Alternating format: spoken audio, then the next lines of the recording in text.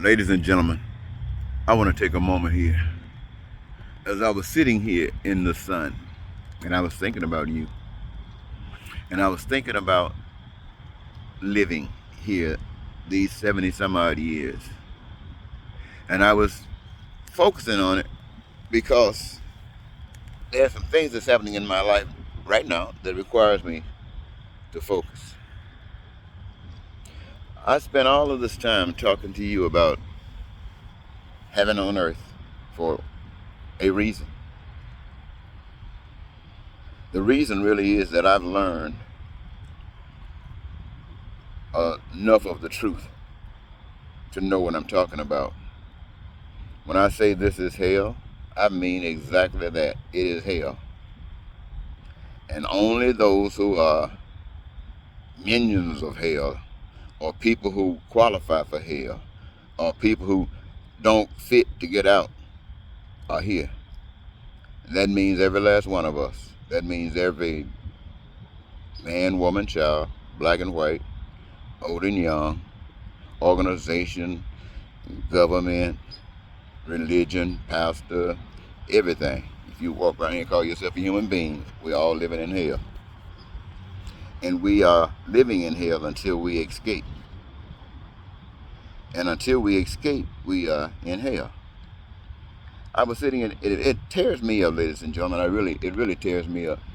Because I think about the fact that we can actually convert this bull that we're living in to heaven if we had heaven within ourselves.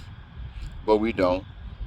And I just come to realize that out of all that I've ever done in relationship is only to share with you that God is real.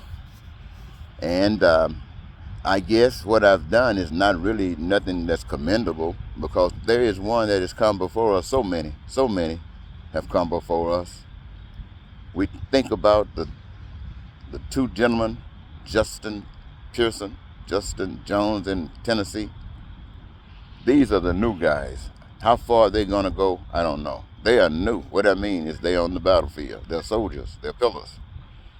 And I think about the rest of us. How long it took for those two. And what was their motivation? The children and what it represented. Righteousness, this killing. And then I'm thinking about all of this other stuff that's going around that we can't even see, or that the people don't see. And I think about the crimes I've committed as a gesture to say to you, I know what I'm talking about.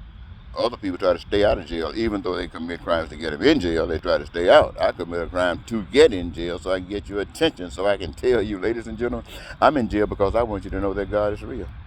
And I want you to know God has given me some information. Yeah, I go to jail several times. I've gone through some rough times, and I take them because, hey, I guess it's not my time to leave.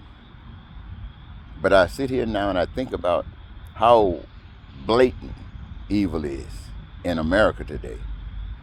How these guys who can stand, and women, who can stand and lie and lie and lie. And then something told me, say, perhaps it is possible that they don't think they are lies. To them, it might be absolute truth. And boy, if things have gone that deep, what a fix. So I was thinking, it's time for the truth to be known. So, I can't give anything else that I got, because I have nothing that's important but my life.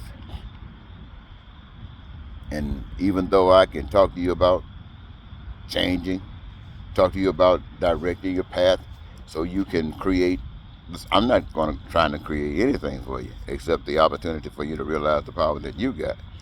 But in doing that, so you can create. And that's not working. I've done just as much as I can stand. So I recognize now why Moses had to leave the promised land. The opportunity was there, but the people. I think about Dr. King and Malcolm X and Gandhi. It must have been a wonderful thing. I know they didn't want to die just then, but it got to be wonderful. Had to be out of hell. And then I sit and I think, what's the challenge here? For basically 40 years, I've tried to extract my hand from engaging in the process of in what you guys are doing. You know what I mean? Making a living in the system, accepting this system. And it brought me to this point that the challenge was there. If I want to live in this earth, I'm going to have to do just like everybody else. I'm going to have to do just like you. I'm going to have to sell my soul just like you. The difference is that you don't know you're selling your soul. If I did it, I know I'd be selling mine. And so there's no way, there's nothing in America. I mean, I've experienced a hell of a lot, but I can't think of anything in America that's worth me even trying to stay around here to benefit from with this world the way it is. Nothing. I mean, there's no egg, there's no steak that's that darn good. There's no bed to sleep on that's that comfortable, no woman to sleep with that's that fantastic, no children to love that's worth me selling my soul. And so if I must, then for those who might be my children and those who might feel some attachment to me, let whatever happened to me be an indication. Let it be a lesson that life is more than what you know. And for those of you who consider Jesus Christ as your Lord and Savior, especially Christians, you've been so misled about Jesus, it is absolutely pathetic. You say, no you haven't. Yes you have. Not just tell you are in this hell. If you knew Jesus, you wouldn't be in this hell. I mean, the scriptures, look, that you were told that Jesus, for some strange reason, says, I am the way, not me, the truth, the life, that no man gets to the Father but by me. And you, as Christians, say, right on. We believe every last bit of that. I even heard a black guy the other day on TV. Broke my heart. He was talking about gay people. And he spewed the worst. He said he's an American. He's a Republican. He's an American, a Republican Christian. He don't bite his tongue. He proudly. And he detests and denounce the LGBTQ community as being, I'm not going to repeat the words that he said, but I want to tell you something. It made me want to vomit. And he's sitting there, when he said it, ladies and gentlemen, if you ever go back and you see it on TV, on what, cable, flip back through it. It's on YouTube for sure. And watch that guy. And as these words come out of his mouth, you can see it.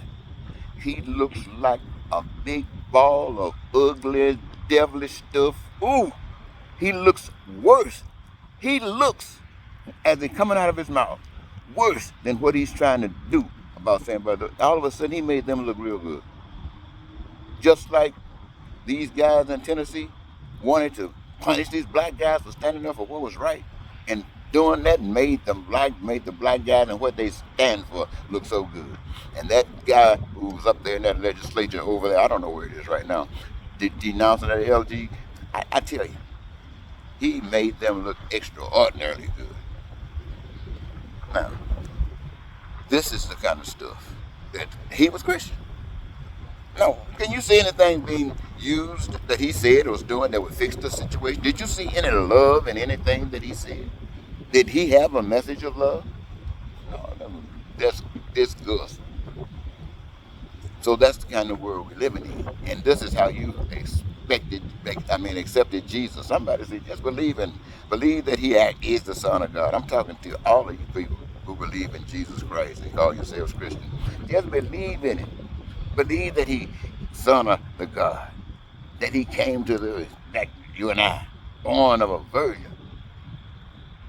Begotten, only begotten. Woo. Flesh just like you and I, you say. And did everything just like you and I. But he came to save us. To save us. So he came to die by doing good. By being a good man, he came to die and go back to heaven and ask God to forgive us for our ugliness, forgive us for all the stuff that keep us in hell, just because he was good.